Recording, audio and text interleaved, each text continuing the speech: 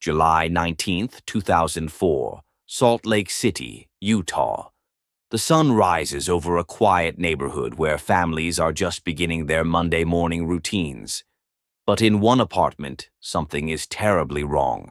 At Wells Fargo Securities Services, Lori Hacking's co-workers glance at the clock. She's never late. She's the kind of person who arrives early, ready to brighten everyone's day with her warm smile. But today her desk sits empty. At 10:49 a.m., her husband Mark calls 911. His voice trembles as he reports his wife missing. She went jogging early that morning in Memory Grove Park. She never came home. Within hours, search teams descend on the park. Volunteers comb through trails. Police helicopters circle overhead. News cameras arrive, broadcasting the face of a beautiful 27-year-old woman who seemed to vanish into thin air.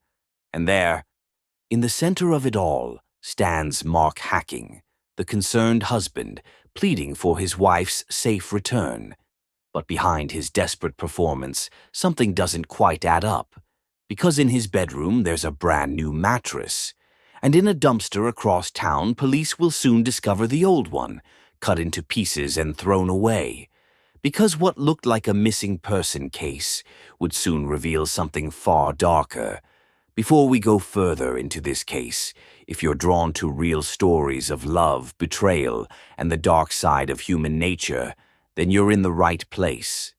This is True Crime Wound, where every story leaves a mark. Hit subscribe and join me as we uncover the hidden truths behind the crimes that shook the world. Now, let's return to the story of Lori Hacking and the lies that began long before she ever disappeared. Before you can grasp the tragedy of Lori Hacking's story, you have to see her not as a victim, but as a vibrant young woman chasing her dreams, completely unaware of the darkness waiting behind the person she trusted most.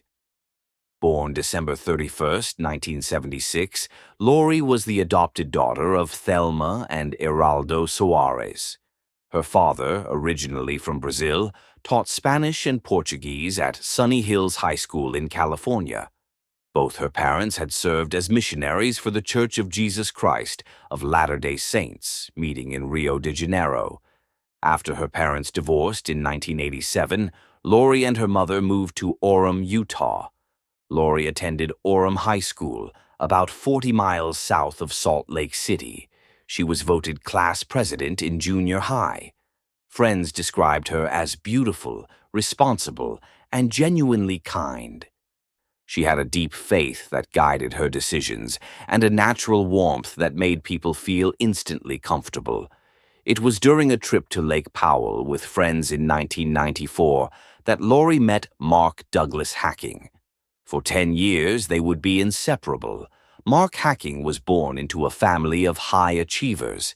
His father was a respected pediatrician, his mother a dedicated nurse, and his brothers pursued successful careers in science. From an early age, Mark stood out for his charm and humor, the kind of quiet confidence that made people feel at ease around him. He spoke often about becoming a doctor, and everyone believed he was destined for greatness. But beneath that easy charm was something else. An unrelenting pressure to live up to the expectations around him, a need to be seen as successful, even if that meant holding his entire world together with lies. They married young, building what appeared to be the perfect life together. They attended church, spent time with family, and talked about their future. Mark worked as a night orderly at a psychiatric facility while supposedly attending the University of Utah. Lori worked as a trading assistant at Wells Fargo, supporting them both. To everyone who knew them, Mark and Lori Hacking were that rare couple who made marriage look easy. Young, devoted, building a future together. But beneath the surface, Mark was constructing an elaborate lie that would eventually cost Lori everything. The deception began years earlier, so gradually that no one noticed. Mark had attended the University of Utah but never completed his degree. He stopped going to classes in 2002, though he continued pretending. He carried textbooks, He talked about exams. He even asked Lori to help him with fake term papers. For 2 years, he maintained this fiction while everyone believed he was working toward graduation. Then came the bigger lie. Mark claimed he'd been accepted to medical school at the University of North Carolina at Chapel Hill. He showed Lori documents. They began planning their move together, packing boxes, saying goodbye to friends, imagining their new life in North Carolina. The truth was devastating. Mark had never even applied. The acceptance was fabricated. The entire future they were building together existed only in Mark's imagination. His co-workers at the psychiatric facility threw him a going-away party. His family celebrated his achievement. Mark accepted their congratulations and never let the mask slip. He even flew to New York and pretended to interview at Columbia University, staying with his cousin, putting on a suit, and returning hours later with stories about how it went. According to his father, Mark felt enormous pressure to live up to his accomplished family. Rather than admit he was struggling, he created an alternate reality where he was successful. Lori, though, began sensing something was wrong in those final weeks. Friends noticed she seemed quieter, more troubled. One friend remembered her saying, "I just want him to be honest with me. That's all I've ever asked for." On Friday, July 16, 2004, Lori called the University of North Carolina to inquire about on-campus housing. What she learned shattered everything. Mark Hacking wasn't enrolled. He'd never applied. Co-workers saw her leave work in tears that afternoon. That evening, Lori and Mark attended her going-away party at Wells Fargo. In an eerie photograph taken that day, Lori holds a farewell cake reading, "We'll miss you, Lori." She managed to smile for the camera, but those who knew her could see the pain behind her eyes. Mark apparently told her the school had made a computer error, temporarily calming her fears. Lori even left a message for a school administrator, saying Mark had straightened everything out. Because she called after 5 p.m. Eastern Time, no one would hear that message until Monday morning, by which time Lori would already be dead. The weekend of July 17th and 18th would be their last together. Behind closed doors, the truth was finally emerging. Lori discovered not just the medical school lie, but everything. The fake graduation, the years of deception, the elaborate web Mark had woven to hide his failures. According to prosecutors, Lori wrote Mark a note that night. In it, she told him she couldn't stay with him any longer. She was planning to leave. The apartment was filled with half-packed boxes, Lori's careful preparations for a future that didn't exist. She'd resigned from Wells Fargo. She'd said goodbye to colleagues. She'd told family members she was 5 weeks pregnant. Everything was ready for their new life. Except there was no new life. There never had been. What Mark felt in those hours we can only imagine. Facing exposure, facing humiliation, facing the loss of everything he'd pretended to be. But instead of confessing, instead of facing the consequences of his lies, Mark made an unthinkable choice. The neighbors heard nothing unusual that night, no shouting, no violence, just the normal sounds of an apartment building settling into sleep. But inside, something irreparable was breaking. By morning, Lori was gone. July 19th, 2004 began with Mark Hacking purchasing a new mattress for his bedroom. Shortly after, he called Lori's supervisor at Wells Fargo, asking if she'd arrived at work. When told she hadn't, he called 911 at 10:49 a.m., reporting that his wife had left for a jog around 5:30 that morning and never returned. He claimed to have run the 3-mile jogging route himself, searching for her. Her car was still parked at the entrance to Memory Grove Park, but there was no sign of Lori. Within hours, the case exploded into national news. Coming on the heels of the Elizabeth Smart case, media attention was immediate and intense. More than 1,200 volunteers joined the search the next day, combing through the steep terrain surrounding the park. Mark was everywhere, talking to reporters, holding up photos of Lori, appearing devastated. "She's the love of my life," he told news crews. "I just want her to come home." But that night, police responded to a disturbance at a local hotel. Mark was found running around naked and was admitted to the University Neuropsychiatric Institute, claiming he was suicidal with grief. The search continued. The community rallied. But the man who'd reported Lori missing was now hospitalized, and detectives were beginning to see cracks in his story. Detectives from the Salt Lake City Police Department began investigating with a simple principle. In cases involving missing wives, always look at the husband first. The red flags appeared quickly. When police verified Mark's story about medical school, the University of North Carolina had no record of him. None. He'd never applied. When they checked his undergraduate degree, they discovered he'd never graduated from the University of Utah. He'd dropped out in 2002. On July 21st, Mark's family learned the truth. His mother had tried to pay his tuition and discovered he wasn't enrolled. Everything they'd believed about Mark's academic achievements was a lie. Police requested to search the apartment. What they found was damning. The mattress was missing from the couple's bed. Only the box spring remained. Mark claimed Lori had been sick on it, so he'd taken it to be cleaned. Then came the security footage. Surveillance video from early morning on July 19th, after Lori supposedly left for her jog, showed Mark's truck at a dumpster behind a furniture store. He made multiple trips, disposing of large items. Police searched the dumpster. Inside, pieces of the couple's mattress, cut up, box springs, bedding, knives, all discarded while volunteers searched the park for his missing wife. They also found receipts showing Mark had purchased a new mattress that same morning. Blood evidence was discovered in the apartment, on a knife in the bedroom, on the headboard, in Lori's car. On July 24th, while Mark remained in the psychiatric unit, his brothers Scott and Lance visited him. They confronted him with what they knew. They told him that if he'd hurt Lori, he needed to tell the truth. For Lori's family, for his own soul. Mark broke down and confessed. Lori was dead. He had killed her. Her body wasn't in Memory Grove Park. It was in a landfill. His brothers immediately contacted police. On August 2, 2004, Mark was arrested and charged with aggravated murder. The truth Mark finally revealed was horrifying in its calculation. On the night of July 18th, after Lori discovered his lies and wrote him that note, Mark lay beside her as she slept.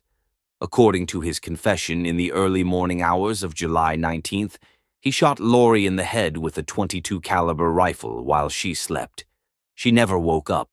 Never knew what was coming. He wrapped her body in carpet and loaded it into his truck. He drove to the dumpster and disposed of her remains, along with the mattress and bedding.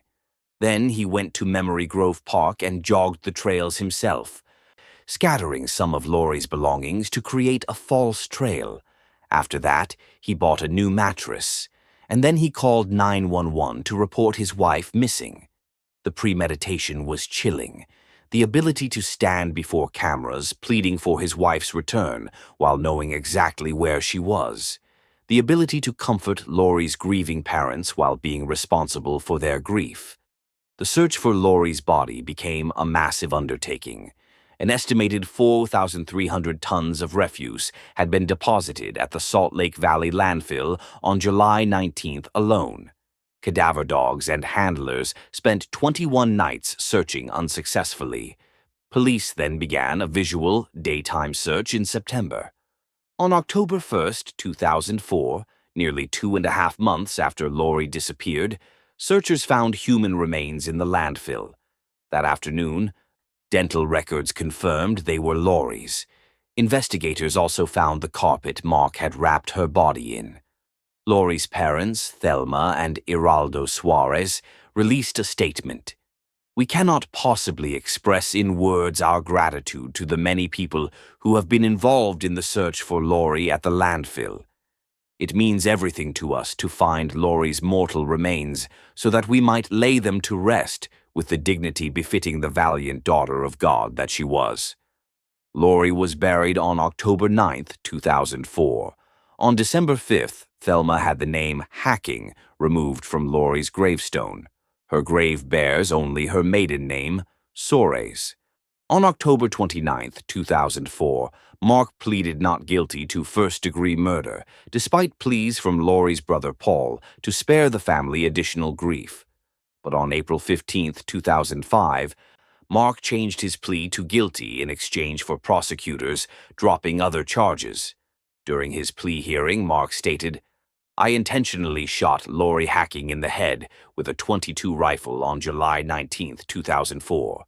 She was the greatest thing that ever happened to me, but I killed her and took the life of my unborn child and put them in the garbage, and I can't explain why I did it."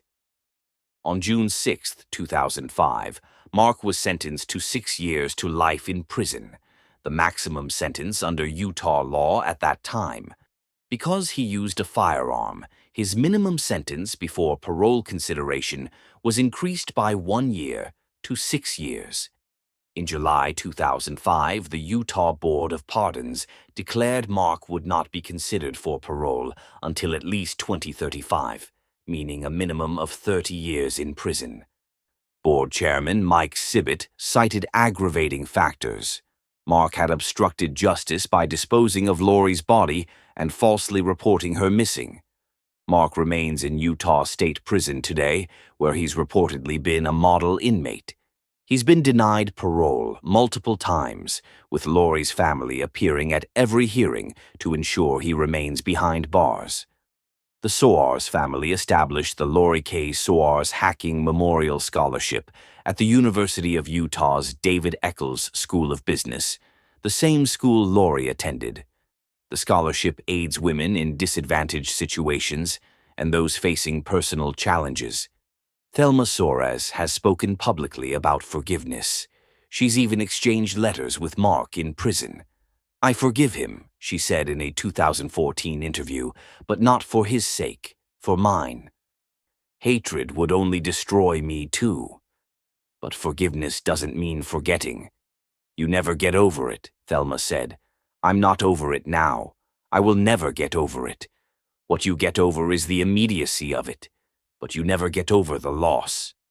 Forensic psychologists analyzed Mark's behavior, noting traits common to pathological liars: an overwhelming need for external validation, an inability to cope with failure, a tendency to create alternate realities rather than face uncomfortable truths. As his father explained, Mark felt immense pressure to match his high-achieving brothers and created an elaborate fiction rather than admit he was struggling. But the real tragedy isn't Mark's psychological profile. It's that Lori would have loved him anyway. Friends and family have said repeatedly that Lori didn't care about degrees or prestige. She cared about honesty. She cared about trust. If Mark had simply told her the truth, their marriage might have survived. Instead, he chose murder over accountability. Today, more than 20 years later, the Lori Hacking case remains a stark reminder of how dangerous secrets can become. It's about the price of living a lie. It's about how fear of exposure can destroy more than just reputations. Lori Hacking was 27 years old when she died. She had her whole life ahead of her. She wanted to be a mother. She wanted to build a home. She wanted to love and be loved honestly. Her family ensures she's remembered not as a victim, but as the vibrant, kind woman she was. The woman who lit up rooms with her smile. The woman who believed in people. The woman who deserved so much more than the cruel end she met. Justice was served. But justice can never bring Lori back. It can never undo the pain. It can never restore what was stolen. All we can do is remember, learn, and refuse to let her story be forgotten. Because Lori's life mattered, her dreams mattered, her truth mattered. You've been watching True Crime Wound, where love stories take a deadly turn. Subscribe for more true stories of betrayal, passion, and loss. If you or someone you know is in a relationship that doesn't feel right, trust your instincts.